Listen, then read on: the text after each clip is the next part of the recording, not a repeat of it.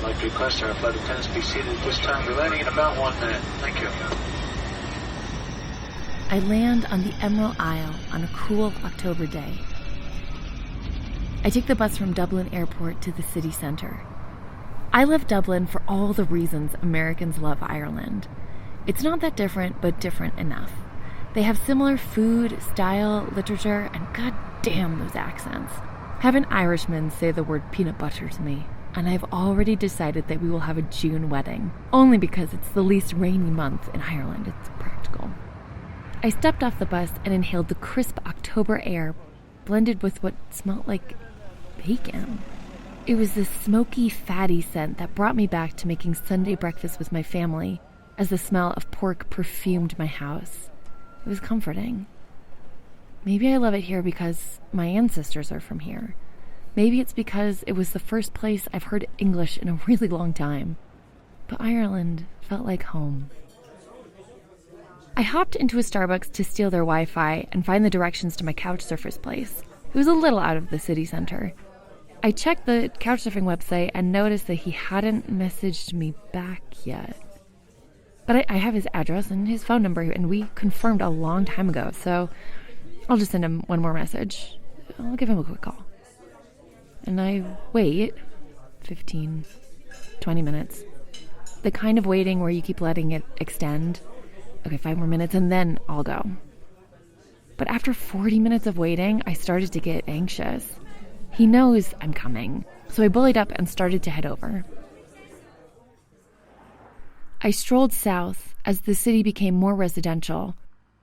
The doors on these quaint brick buildings popped out, slabs of green, red, yellow, blue, the kind of palette found in an elementary school, as if Crayola had funded the doors of every building in the street. Each of them had a gold doorknob and mail slot, making it feel so goddamn British. Ugh, I love it. 50 minutes later, I make my way to a little housing complex with an Irish twist on cookie-cutter architecture.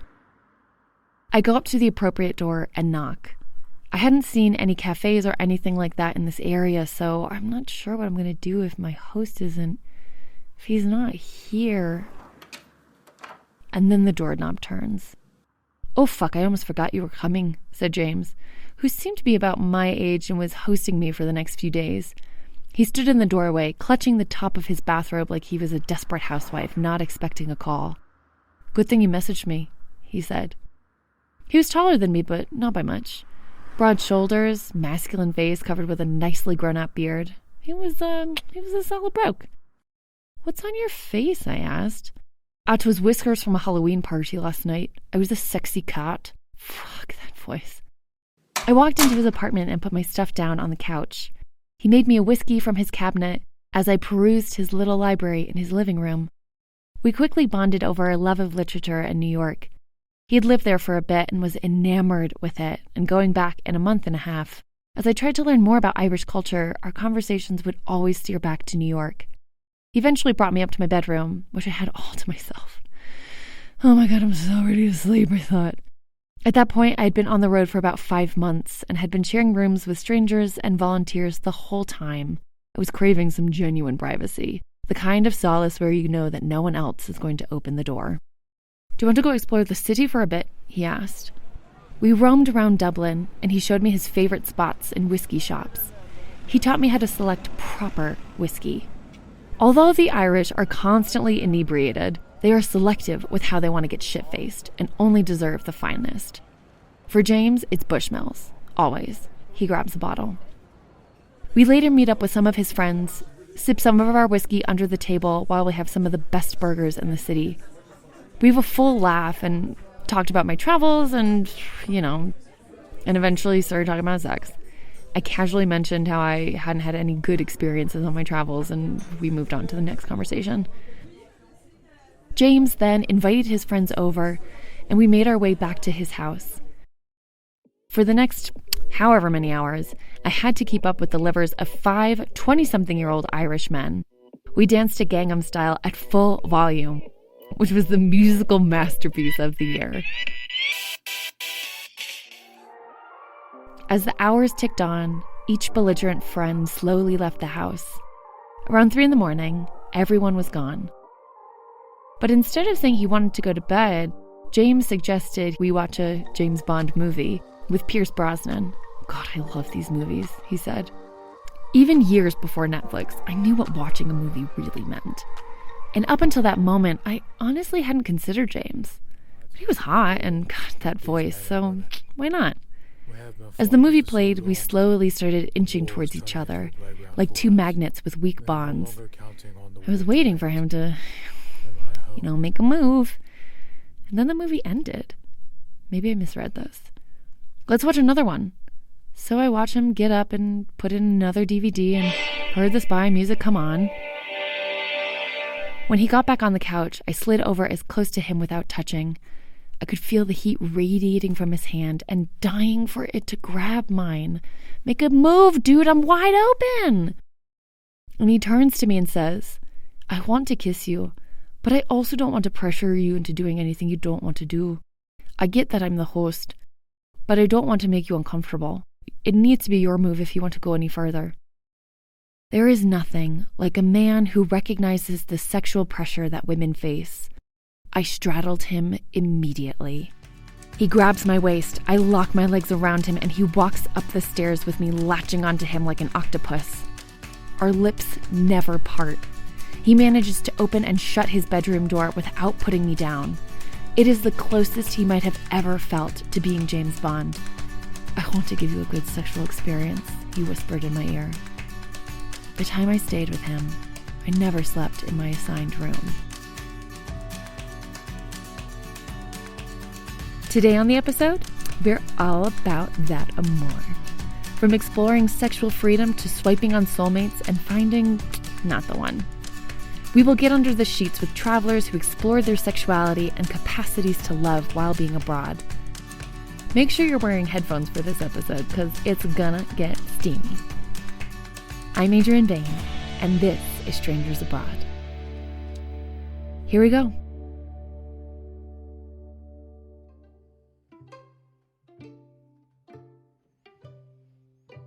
There is something really titillating about having sex abroad.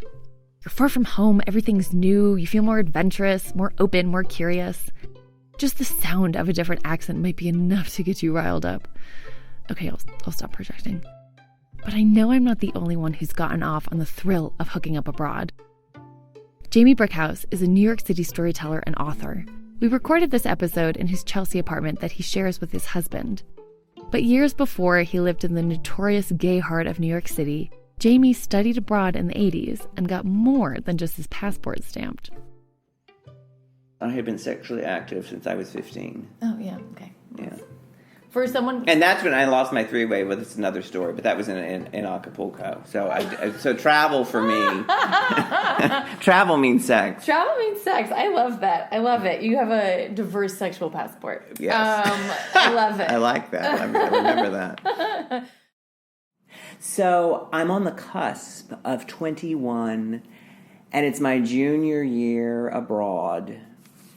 I'm living in London, but that means traveling across the continent, which was great. And this is 1988, so a different time, really.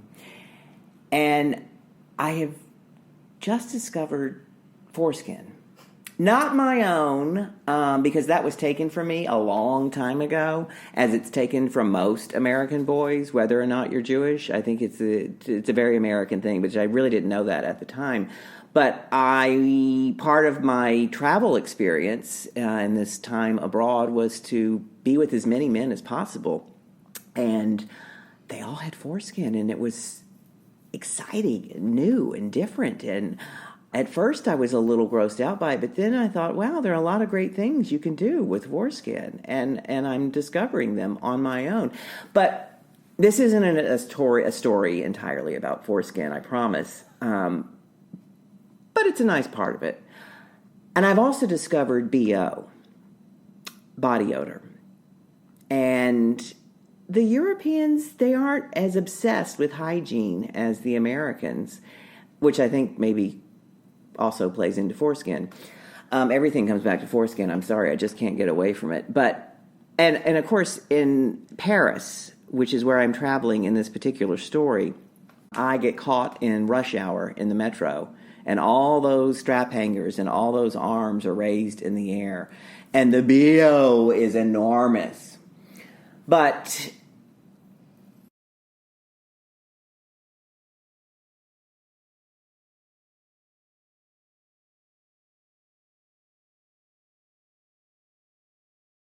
and I am strolling through the Musée d'Orsay in Paris. And I feel kind of like Angie Dickinson in the movie Dressed to Kill. And I'll refresh any of your listeners who don't know or haven't seen that movie, but you really ought to see it. It's a Brian De Palma thriller. And Angie Dickinson in that movie is a wife who, a very sexy wife because she's Angie Dickinson and she's not getting laid. And she finds herself in the impressionistic galleries of the Metropolitan Museum of Art. And she is being cruised heavily by this stranger in there. And she ends up picking him up. So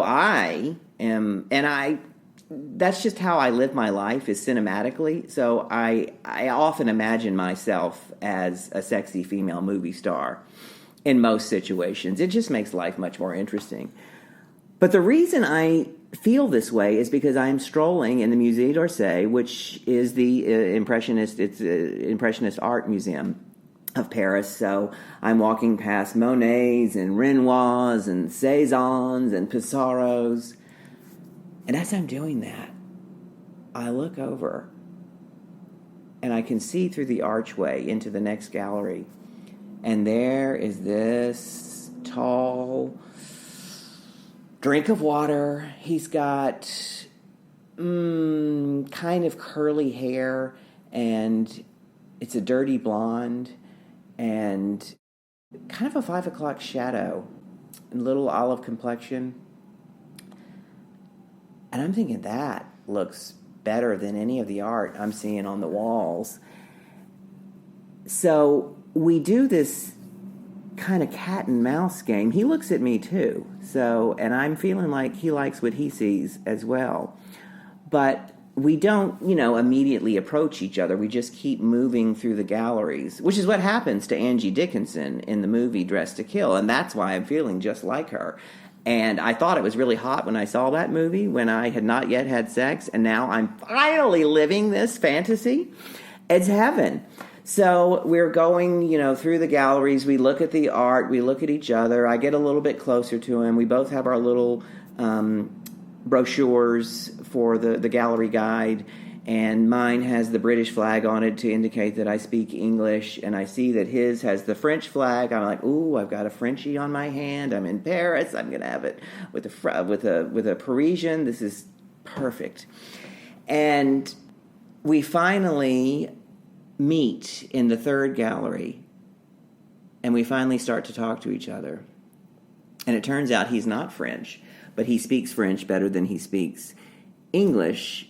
And they didn't have a Greek guide because he's Greek. He's actually not Greek. I mean, well, he is, but he's a Cretan, so I'm cruising a Cretan.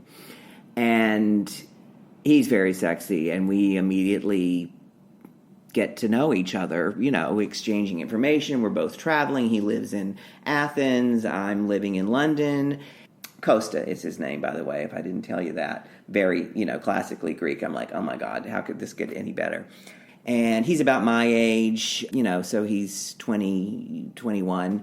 And, but he is staying there, and he's got an apartment to himself, and I'm in a youth hostel. I'm like, that apartment sounds much more glamorous than what I'm in.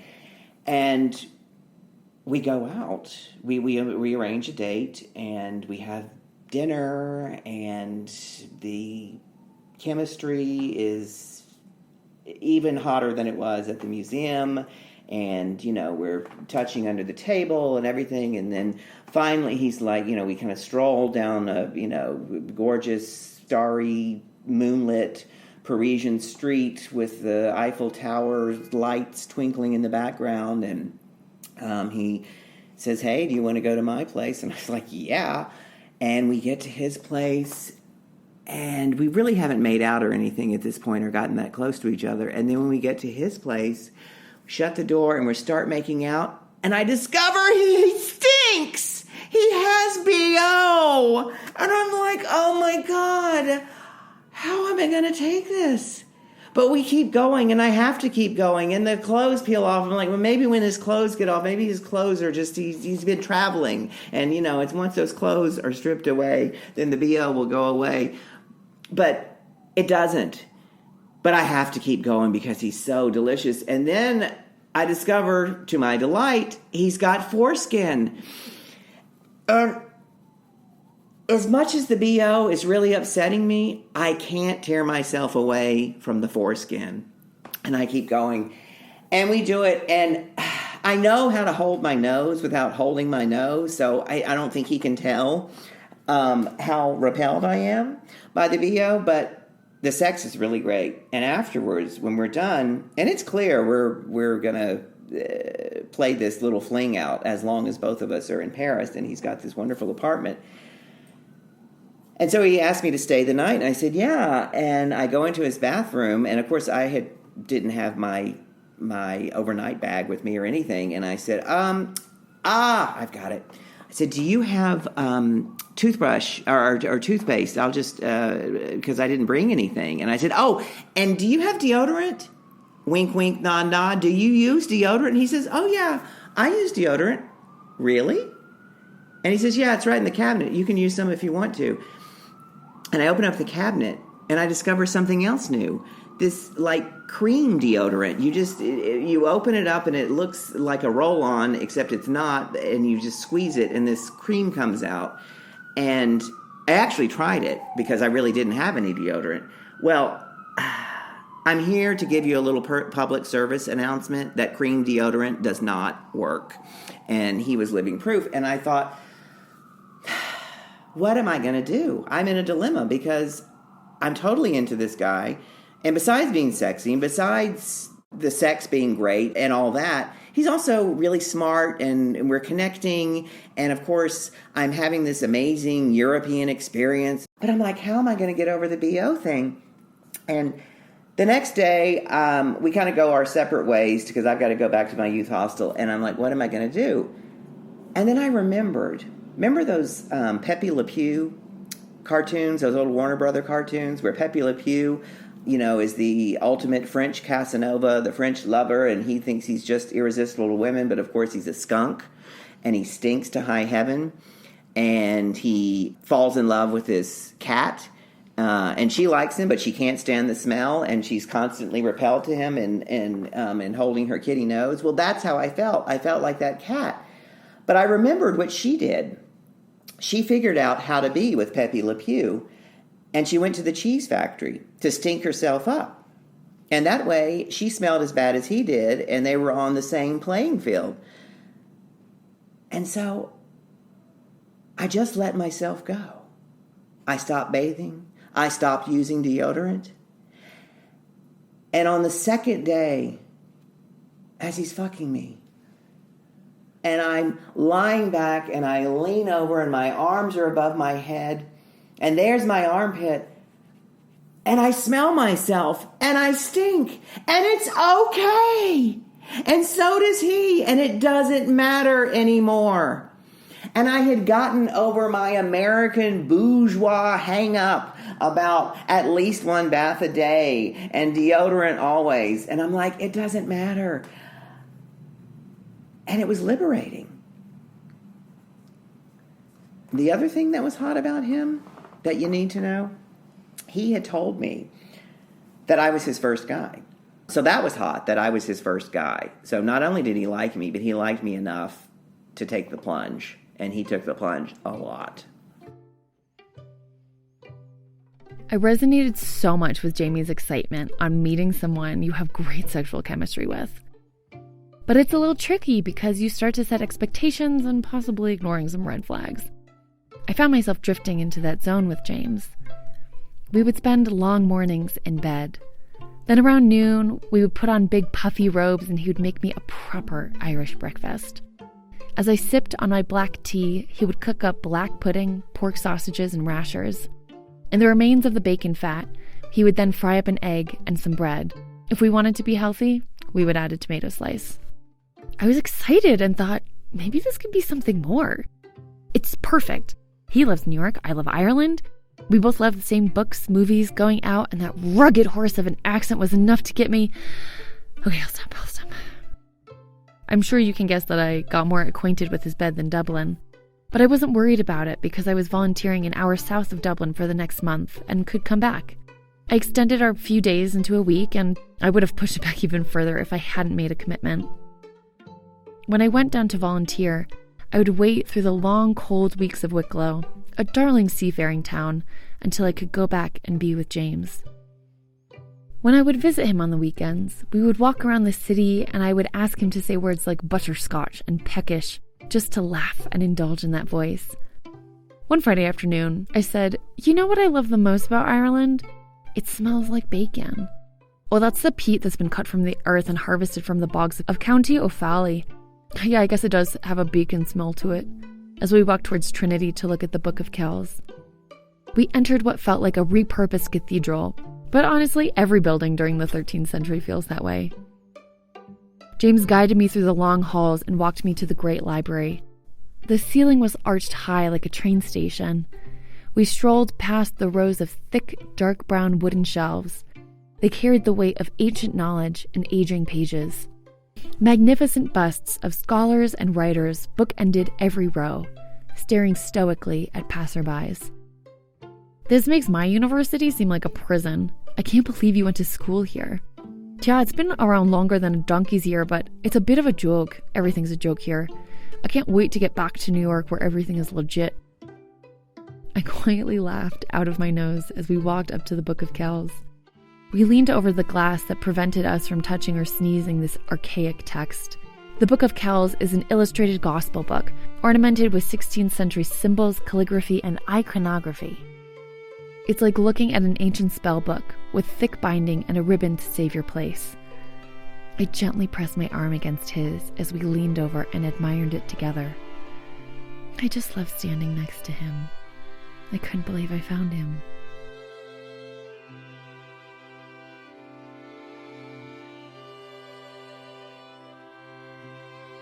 When we're abroad, I think we take more risks with love. There's something about being anonymous, not having that typical pair of watchful eyes looking over your shoulder as you're swiping on your phone. You might get inspired to try new positions or people. Those inhibitions stay at home while you go out and explore your sexuality more freely.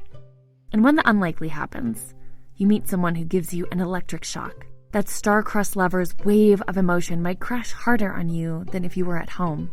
I think that spell was placed on Aaron and Caroline, two travel photographers.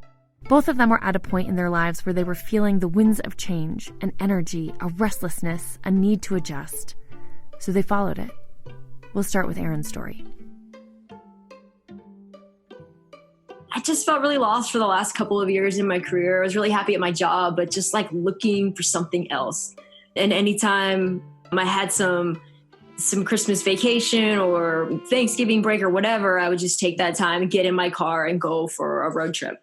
Just like looking for that thing to fill that void that I couldn't do on my own by staying in one spot. And I went to visit a friend in the Raleigh-Durham area. I was supposed to stay for like a weekend, but I just got like super restless. And I'm like, I just feel called to go to Asheville. So I packed up my stuff. I left earlier. She was a little like, what are you doing? I thought we were hanging out all weekend. I'm like, I just got to go.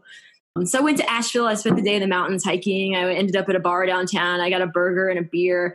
I'm just like flipping through my phone on Tinder, like what else am I going to do? I'm just there. And Caroline's face popped up.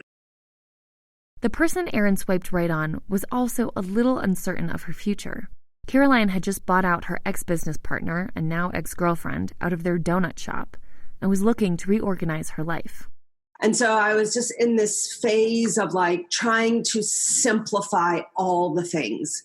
So I went from like being open 6 days a week to 5 days a week because I just was needing to separate like what I do in work and having something outside of that. So I was like not feeling restless, but I was feeling very much like I need boxes and they need to have really clear lines around them in a way that I hadn't ever really felt before about like work. My work had just like become me. And though I loved my job and I was really wanting to be able to have some sort of separation, that's kind of where I was. Then, for whatever reason, They matched. Where our ancestors would have done spells, love potions, or prayed to the goddess of love, an algorithm works its divine intervention. And I was like, okay. I mean, I dated men up until this point in my life. I dated some women, but I was like ready to do something different. When you're in a new place, you have like the anonymous thing going and it's like anything can happen. So I think I was like feeling that was, there's like a whole new group of people here because it's way outside my typical radius. That's cool. But at that point in time, I'm just like reinventing everything about myself, and I identify as bisexual. So that felt like an okay avenue for me to explore in an authentic way. Caroline popped up and we matched. And do you want to take it from there? Well, we matched, but I had just been on Tinder for like a week. Everyone around me was on it. And I just felt like, the kid at the back of the bus. And I had lived in Asheville for a while and was just feeling kind of stagnant with how to meet new groups of people. And so I thought, well, I guess it's like fairly harmless. But my parents had driven up from Louisiana, and we were actually in Chattanooga, Tennessee, when Aaron was in Asheville. But somehow we were within each other's distance range. And so we both popped up on each other's screens. We both were really nice and said, yeah, swiped the right way. I love the idea of Caroline secretly swiping through Tinder as her and her parents are out to dinner somewhere in Tennessee. But there must have been some digital intervention because Asheville and Chattanooga are over 200 miles away from each other. And I don't think that that's a desired radius on Tinder. But then she left the next morning and I got into town that night. And so we never actually met. We just basically kind of checked each other off. And then a couple days went by and then we started kind of slowly engaging on the app. And then that very quickly led to just email. I think what's interesting about Aaron and Caroline's matching is that their interests were piqued enough to keep talking. They weren't in the same location, not even the same state. They hadn't even met each other in person, why keep talking? There seemed to be some bigger draw because how much can you get from a few photos and messages? The interesting thing about online dating is the ability to make up stories. When we first see someone in person, we feel a connection and we just have to make a move now.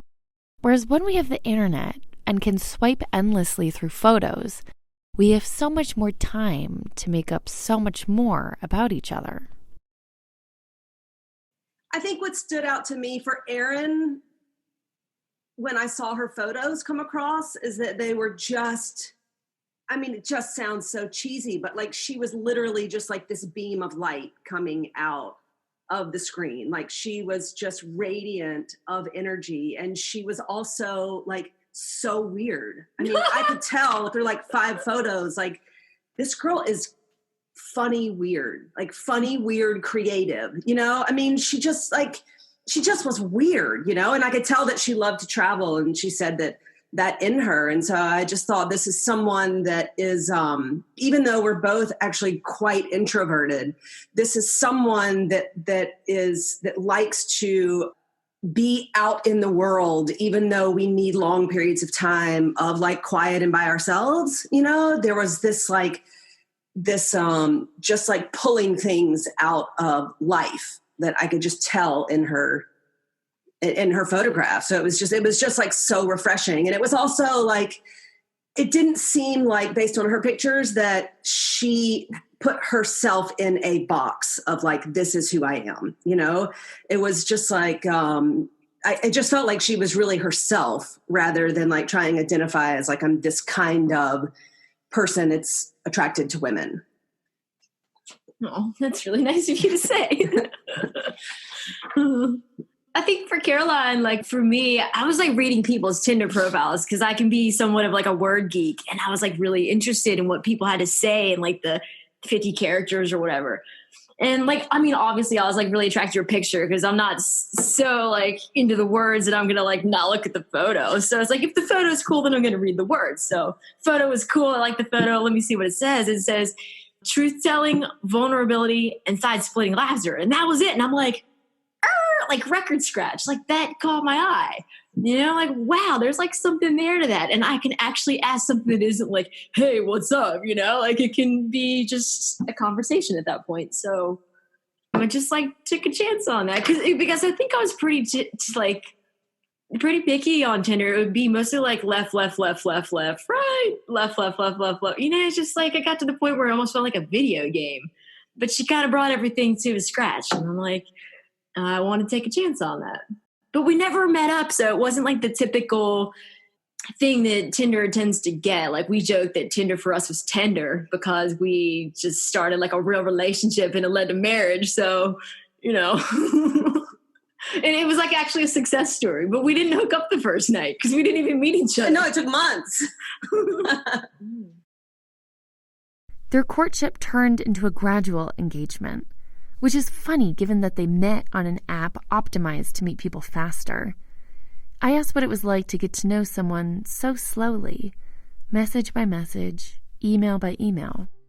Well, I got butterflies. Like when she would write to me, I'd see my phone go off and I'm like, and I like have to stop whatever I was doing and then like spend a lot of time like coming up with a response that was more than just like eating cheeseburgers or going for a walk. Like I'd want to tell her something about myself and then ask a question. I just like wanted to know more. We started really quickly writing really, really long emails to the extent that we would have to, there would be like she would write an email. She would basically spend the evening doing it. This was like over the winter. So, you know, it gets dark at 5:00. So she would like spend an evening writing a letter and then I would read it. And then the next night I would spend like 3 hours responding to it. And so it was a really interesting, it was a really great way to spend time actually, because I haven't written letters or I don't correspond with people in email and to that degree. And so it was a really wonderful way of like having to put it in words and write it down. And so it kind of slowed everything down.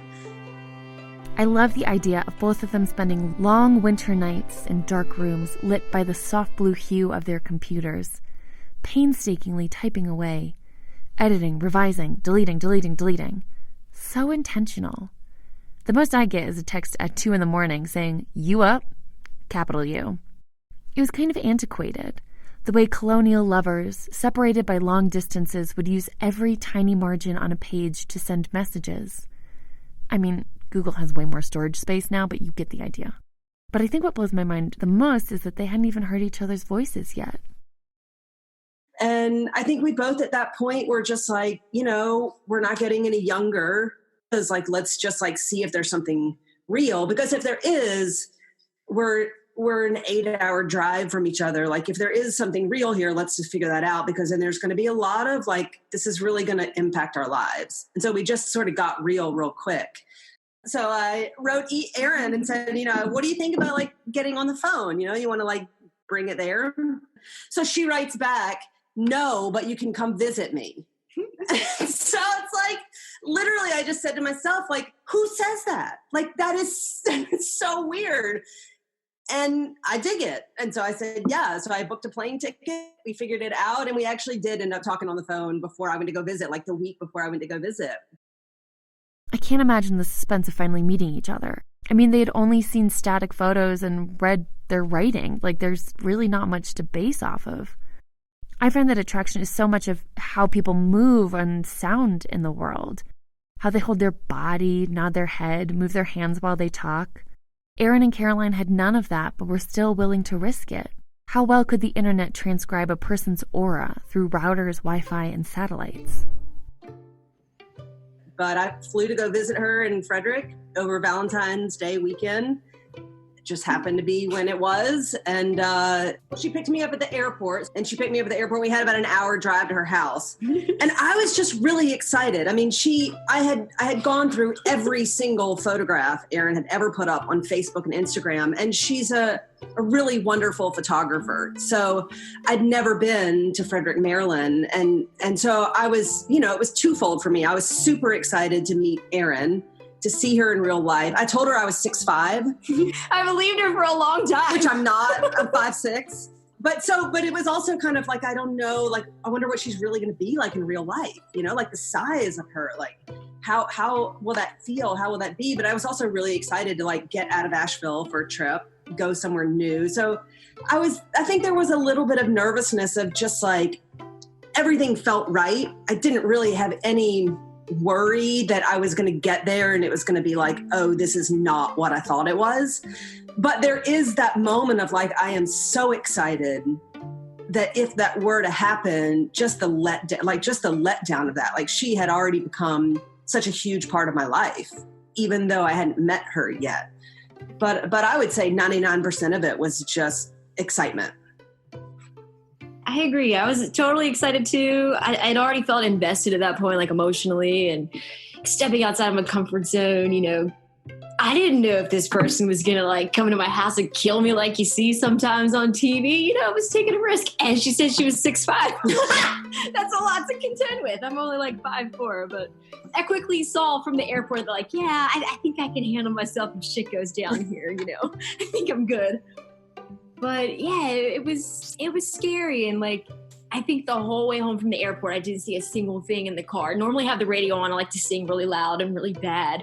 And I was just like, you know, just like really concentrating on the road because I didn't know what to do. And I'm like, oh my God, this person's here. Like, we've had all these really rich conversations and now I have nothing to say. Oh, it was hilarious.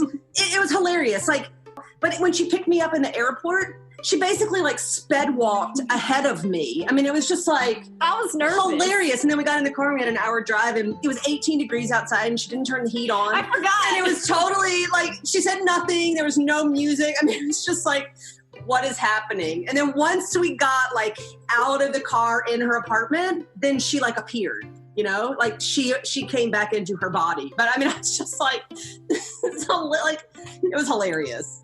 Because, like, I think she knew, but I didn't know. I'm like, I got to see what this person smells like, what they sound like in real life. Like, is she just, like, weird? Like, I'm not really sure I can do this, but I really want to. So I was just, like, trying to feel all that out and, like, catch up to reality. Because the internet person was really cool, but the real person, I had no idea. I needed to know what their first sighting was like. Did their expectations match up? She's small and she's like, needs to be like I felt myself like need to be, because I can be a really strong hugger, like take the breath out of you. And I remember like feeling like I should be aware of how much I put in to the first hug so that I don't, you know, cause her a problem. But yeah, there was that I wasn't expecting that, but it was, other than that, it was a resounding, just like, yeah, it was like that feeling that I felt when I first saw her pictures. And it was like that in real life. Yeah. Yeah. I agree. It was like, oh, I just found my person. I was like so happy that she showed up with all this dog fur on her. Because I'm like, yeah, like that's real life. Like you didn't try so hard. I did try. I did try. I thought I did try, but it was fleece, you know, it was. But she had this jacket on that just like, come to find out this is like the jacket. And like these dogs are a really big part of her life. And they became a part of my life. But like, you know, like we want to make a first impression, but we're keeping it real. We're showing up with dog fur. Like I can get down with that. I still don't understand this whole you just know thing. Like you just know that you want to be with someone for a long time, maybe forever. I still don't know if I believe in the one. One out of how many people on this earth? If there's only one, how much longer do I have to wait? What are the odds of finding him? Okay, sorry, it's not about me right now. And, you know, we went back maybe 4 or 5 times and that was it. And we just knew. In less than a year, Aaron and Caroline roadmapped a whole new life together.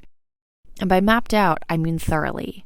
They now drive across America, live out of a van, doing photography. They take photos and tell stories of everywhere they go. Let's see, fast forward about a year? Yeah, I think a year. It was like on one of the visits for me, we had talked about like me actually moving to Asheville. And I remember like shit got real for me when I went into my principal's office and was like, so I'm not coming back next year. You know, I'm like, and then I realized, and she looks at me and she's like, and she's like, and I'm like, yeah. And she's like, are you sure? I'm like, yeah, you know, like my voice just kept getting higher and higher, but I realized like I'm doing this, you know, I'm going all in. And then I found myself telling my friends and my parents and my family. And then I moved and it's like, I'm all in at this point. You know, I've like cut ties to the past. Here we go. It's a bit of a leap of faith to get married to someone you've known for less than a year. But I understand that when you have a deep connection, someone who just knows to kiss you on the forehead without knowing it's your favorite, who you can talk with until 3 a.m, or makes you laugh after you've been crying, well, that's someone to keep. So I wanted to know how this decision has been as they walked in the real world together. It hasn't been an easy road since then. You know, it hasn't always been, easy, but that's real life too. But a relationship doesn't sustain off of side-splitting laughter, deep talks into the night, and making breakfast in the morning. A relationship means commitment. Although I'm sure they've dealt with the same issues all couples go through, their understanding of relationships and romance has gotten much more pungent, more robust. The idea or the definition of romance has kind of changed as our life has taken on kind of being on the road and the grittiness of being on the road. And so what it's become for the experiences that I have on the road that feel really romantic to me are, we both love to run, and we both were runners before we met, and they were primarily, we ran alone. But we very quickly tried to merge our love of running together. And it's been an interesting thing for us to figure out. A lot of push-pull, a lot of try this, kind of do it too much, separate, like being able to say, I really want to run alone today, and it's not because I don't love you, or, But so what's become a really romantic part for me is running together in these beautiful places, particularly the national parks, and ending up, being in a place neither one of us have ever been before, and going down a trail and knowing that, a couple miles down the road is a lake, but we've never been there before. And we get there and it's just completely stunning. And we are lucky enough for the next 15 minutes to be there completely by ourselves. And so it's like, wow, we are here, and we're not just on vacation. We're here because this is like a part of our life. And though there are so many inconveniences that come with like really living our life on four wheels, like this is like, how could anything be better than this? We might go back to like another, we're sweaty and we have like another 5 days in the car before we take a shower, And so there's that real life, like maybe gritty. 10. Maybe 10. Maybe 10. I get so stinky. I have to put all my clothes, I have to tie them actually to the bumper because I'm not allowed to put them in the car because it's like unsanitary. But it's like that moment is just like, what's a more romantic moment than we are doing? We have, there's a lot of risk that comes with quitting her job, selling my business, and taking our work life on the road. It's just adapting all the time. But for that to be a part of it is, I think, pretty damn romantic.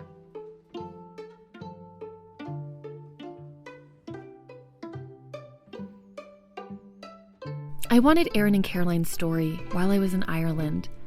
The story where the winds of travel spin your compass in a new direction. It seems so adventurous. And I liked James, I really did, but I think I wanted to like someone. I wanted a reason to stay in Europe. I wanted that quixotic story of, we met while I was traveling and we couldn't bear to be apart from each other, so I decided to stay in Ireland and we summer in France now. I wanted that. On the outside, he was everything. Handsome, strong build, wore glasses at night, and had a voice that went down like a fine whiskey. But I couldn't ignore his blatant internal struggles.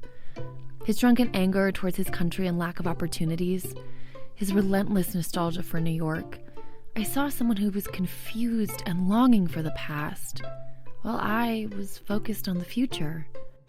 There was a sickening feeling in my stomach my last night with him, the night before he left for America, like so many Irish before him. I sat on his bed and watched him pack with excitement. I lounged in his bathrobe, trying to pose daintily on the bed. I loved the seductive comfort of wearing his clothes. Even though I had months of traveling in unexplored countries ahead of me, I didn't want that night to end. I wanted him to sip whiskey with me and rant about Ireland. I wanted him to make love to me, not just have sex. I wanted him to say, maybe we could make this work. But the last words he said to me the next morning as he got ready to leave was, maybe I'll see you in New York. The advice that I take from Aaron and Caroline is that relationships are challenging, even if your meeting story is highly fanciful and wildly unlikely. Relationships are a combination of connection and commitment. And where falling in love abroad seems to have a heightened energy, so is breaking up. The dissolving intimacy of a relationship can feel more melodramatic because nothing around you is familiar, you can't read the street signs, people are moving all around you, and the one body that you know is slowly becoming less familiar to you. Brad Lawrence, a New York City storyteller, has had a not-so-conscious uncoupling with his longtime girlfriend as they traveled throughout Eastern Europe together in the 90s.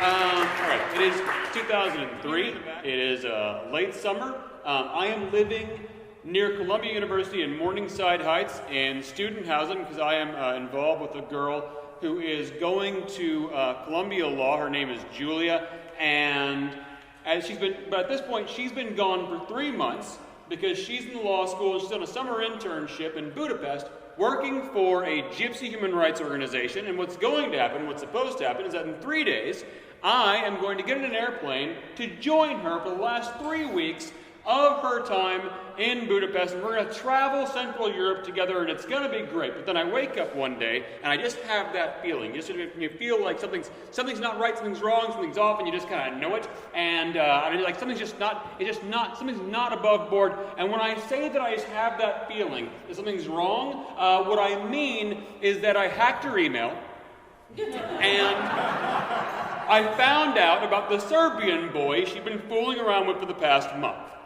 All right. Now, in my defense, she had hacked my email before. This was like par for the course for our relationship, and she would hack my email later after we'd broken up. We had trust issues that outlasted our relationship, and our relationship lasted for 8 years, non-consecutively. All right. And so, because what you call dysfunction, we called foreplay, I immediately get on the phone, which cost money in 2003 to call Budapest, and begin to rack up phone bills, having these very fraught conversations about what's going on over there and all this kind of stuff. And there's all these tears and all these recriminations, and then the decision is made that I'm going to come, I'll come, and we'll work it out. We'll work it out, and it'll be fine. Just get on the plane, we'll work it out. And I'm going to do this because there are a few things that unite me and Julia, and one of the things that unite us is that neither of us we do not come from people who travel.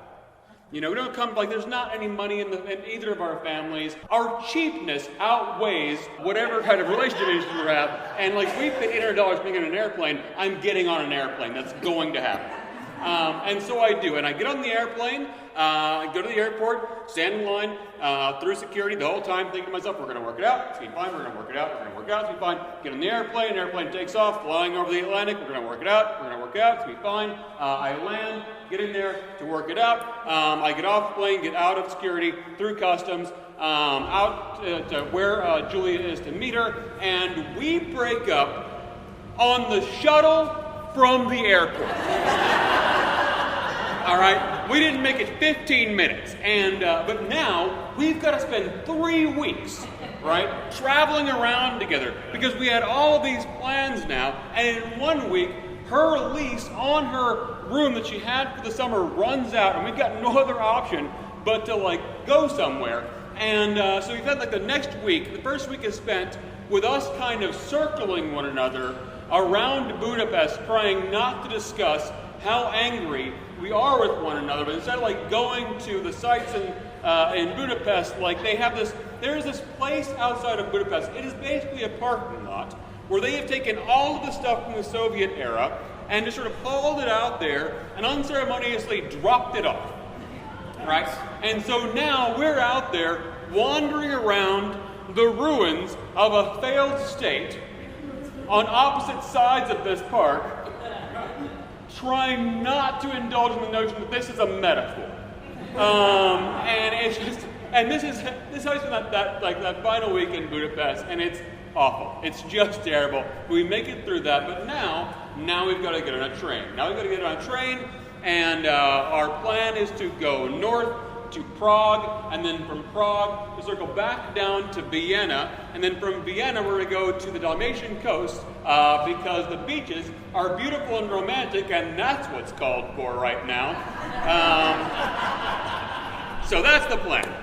So we get on the train and we head up to Prague, and so far, while we've been in Budapest, we've been keeping it civil. It's been tense. There's been a couple of little flare-ups, but most of all, we've been sort of keeping the lid on things, not going at one another too hard. When we get to Prague, and now we're wandering around Prague. When Prague is, as a city, it's a museum piece. And and it's beautiful, and it is romantic, but it's also kind of silly. We'd see things that would sort of amuse one or the other, and they'd crack a joke. And here's the thing about me and Julia. One of the other things that united us is that we were always excellent traveling companions. For all that we lacked as domestic partners, which was a lot, we made up for as boon companions. And that we just sort of naturally fall back into that rhythm. Once we're out there on the road, wandering around, that just kind of takes over again. And so I would see something, or she would see something like a really bad street performer, and you cannot throw a dead cat in Prague without hitting a particularly bad street performer. I'd make a joke about that, and she'd laugh, and I'd laugh, and we'd look at each other and laugh together, and then realize the reality of our relationship, and then we'd stop laughing and get sad, and then we'd cry, and then we'd go to the hotel and have the kind of sex you can only have when the ultimate hero are lonely and desperate for comfort and solace, and the only person to offer you comfort and solace is the person who's making you lonely and desperate. Some people travel Europe by rail.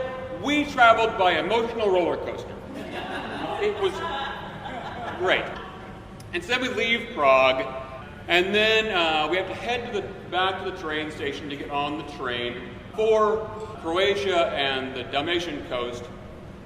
And we head there, and we're running late, so we think we're going to miss the train, and we go running at the platform, and the train's still there. Thank God we've made it. And then we get onto the train, and the train has been oversold beyond capacity. And there is no air conditioning.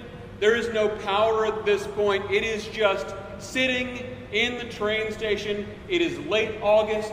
It is like 95 degrees on the platform, and it is 110 degrees in the train car. And there are just sweaty Central European vacationers sort of lying in this, sort of packed into this train car, just kind of on top of one another, sweating out all the moisture out of their body and onto the body under them. They're just in there, like everyone is so hot and so overheated they just can't move. They're just lying there, and their eyes kind of listlessly stare at you as you make your way onto the train and start stepping over the people who are sitting in the aisles as you're trying to find just a place to settle for a minute. And as we're going there, trying to find a place to sit, as we get further back in, and there's no light in this thing because everyone is so packed into this thing. There's no light coming in from the windows, and so we're just kind of making our way through the aisles, slipping over people sitting in the aisles, and we realize we get towards the back and there's nowhere to sit. And we're just going to stand for the duration of this trip. And the thing is, because of something having to do with Soviet Cold War differences in rail gauges, at this point there was no way to go directly from Vienna to Croatia. So you had to go west first to Western Austria, and then the train would turn around, you get on a different train, and the train would take you back down around the Italian, the Italian Alps are around the Italian coast, and then down to Croatia, and it was an 11-hour journey. And it's going to be 11 hours in 105 degree heat, in the dark, standing up, just nothing but the stench of people who've been sweating for 11 hours. That's what we're facing. And Julia is in front of me, and I am behind her with this giant backpack, all of our possessions, on my back. And Julia turns around, and she looks up at me. She's a small girl, and she looks up at me, and she has tears welling up in her eyes. And it's been so much stress breaking up and traveling together and sort of being trapped together in our mutual heartbreak, and trying to ignore it or sleep with it or whatever we're trying to do about it. And now I just see her break. And she looks at me, and the tears well up in her eyes, and she says, I can't do this. And there are people still piling on the train behind me, and there's no way out at the other end. The only way out is back the way we came, and when we got to the train station, the train was already late beyond its scheduled time to leave. But now I realize I have got to get her off this train. If it's the last thing I do for this relationship, I have to get her off this train. And I turn around and I look at people piling in this train behind me, and all the people sort of piled up on top of one another in this 105-degree sweat box, and I think the only thing there is to do now is to unleash the ugly American. And so I raise to my full height, and with my full voice, I say, "Getting off the train!" And I begin to use that giant backpack as a counter lever, and I am just taking my arms and sweeping people out of my way, just flinging German tourists up against the windows of this train, just coming. And you can see they'll be sort of getting into this thing, sweating and delirious, and they'll look up and they'll see me coming, and their eyes will go wide with panic. And then it's too late. I'm on them, and it's just bowing, and I get us back down through the crowd, through the corridor, beyond all the tourists, back to the doorway and out onto the platform. I turn around and I grab Julia and put her on the platform, and just as I do, the air brakes release and the train begins to pull out of the station. And we turn and we watch it rumble off into the distance. And as we do, this huge sense of relief comes over us that we are not on it. And we are free, and we are here, and we begin to laugh. We're just laughing with the relief and elation and freedom. And as we're laughing, suddenly Julia's laughter changes into tears and light sobs. And she turns around, she looks up at me. Her face is red, and her eyes are wet. And she says, "I am so sorry. I feel like I have wasted your time." And I think to myself that, okay, if this was about getting married or having kids or starting a life or even a healthy relationship, maybe some time has been wasted. But if it was about having stories to tell, worth every second. Thank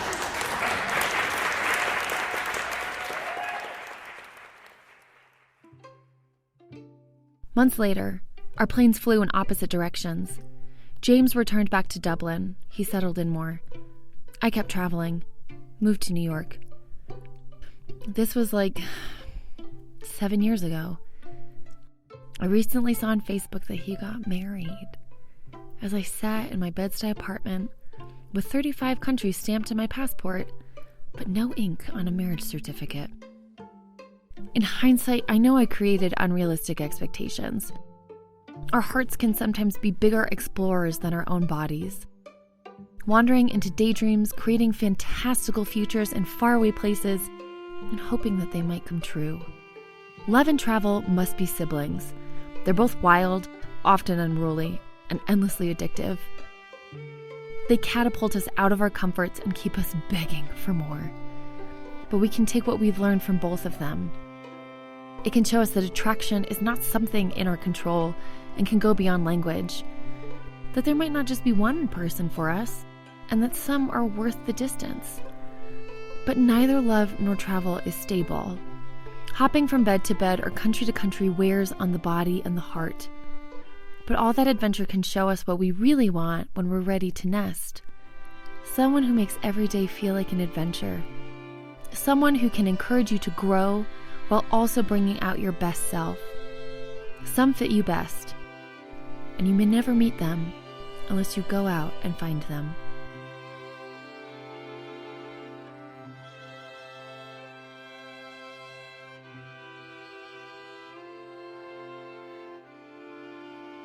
I mean, I could, yeah, I had some high school French, but Really doesn't do it was much. "Como allez-vous, y'all?"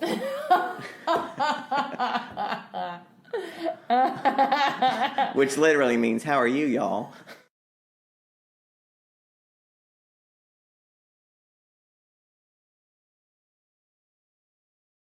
If you love traveling with your special someone, check out the Worldwide Honeymoon Travel Podcast. Hosts Kat and Chris Butler are newlyweds navigating the world of couples travel, and they're taking you along for the ride. Discover romantic destinations, hilarious travel stories, and practical tips and travel hacking to help you plan your own couples trip. Join the adventure on Apple Podcasts, Spotify, Stitcher, or wherever you get your podcasts.